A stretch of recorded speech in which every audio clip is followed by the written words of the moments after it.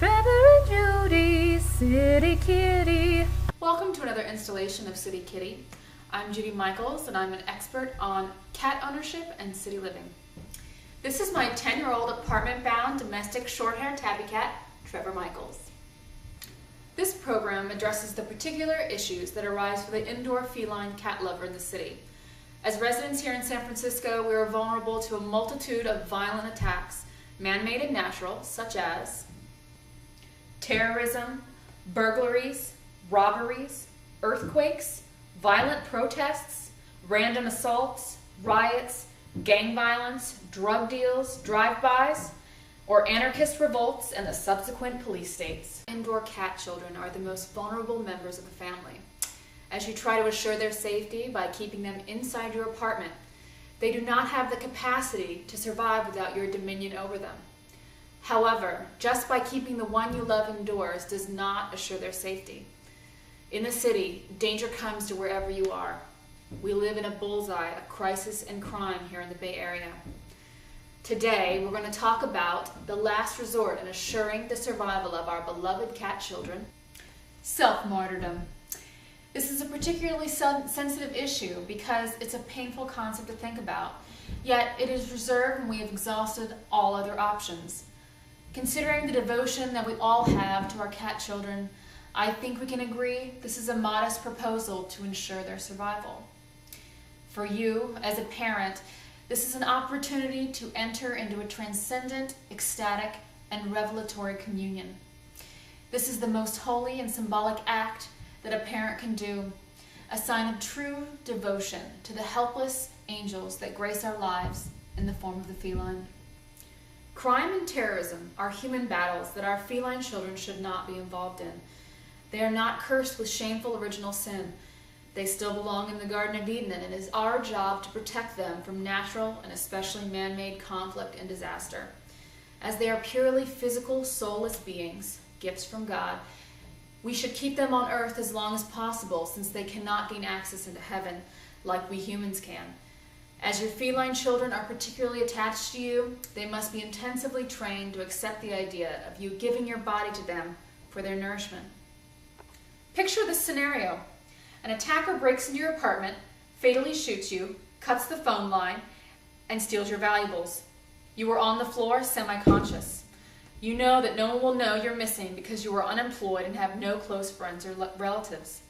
All of a sudden you realize that you've forgotten to refill your cat's food dish.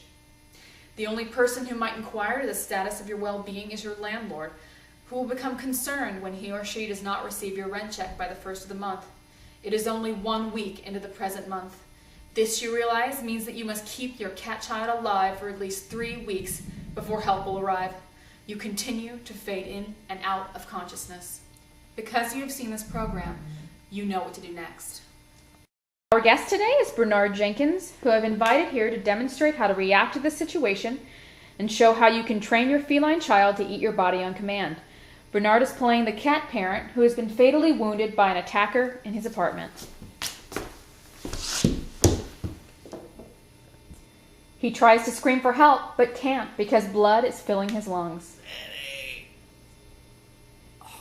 He looks at his body to find the entrance and/or exit wounds and the amount of blood loss. He checks his mobility and notes his increasingly labored breathing. He takes his pulse. All signs point to impending death. Now, there are a few things to remember.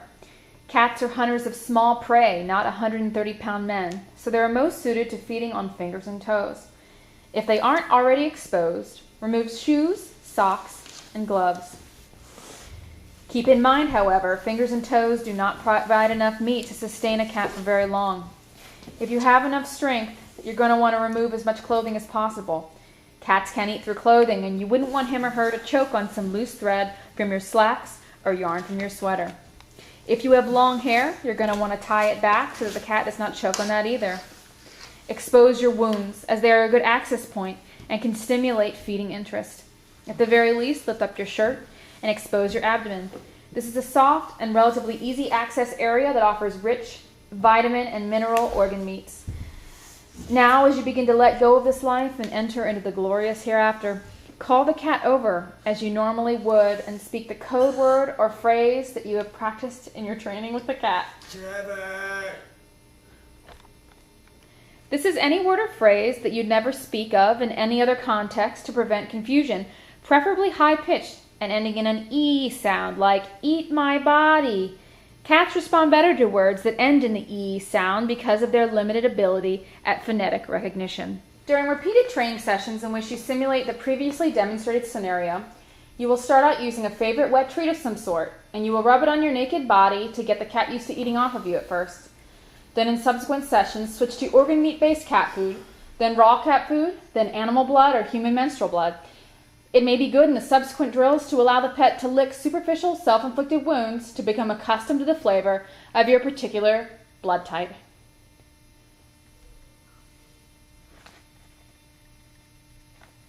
If you continue running through mock emergency drills in this way, you and your feline child will be prepared and ready for the inevitable.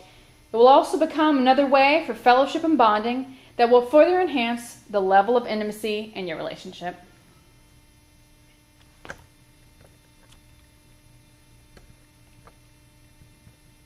There is no more divine communion than that of sinner and one without sin, and that uncommon and holy bond must be upheld at all costs.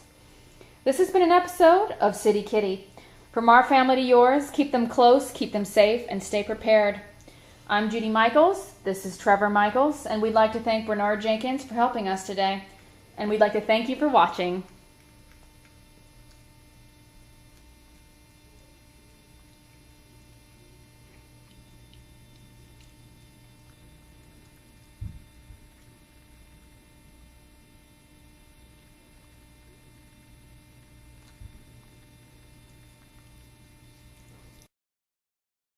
City Kitty, Trevor and Judy, talking about danger in the city.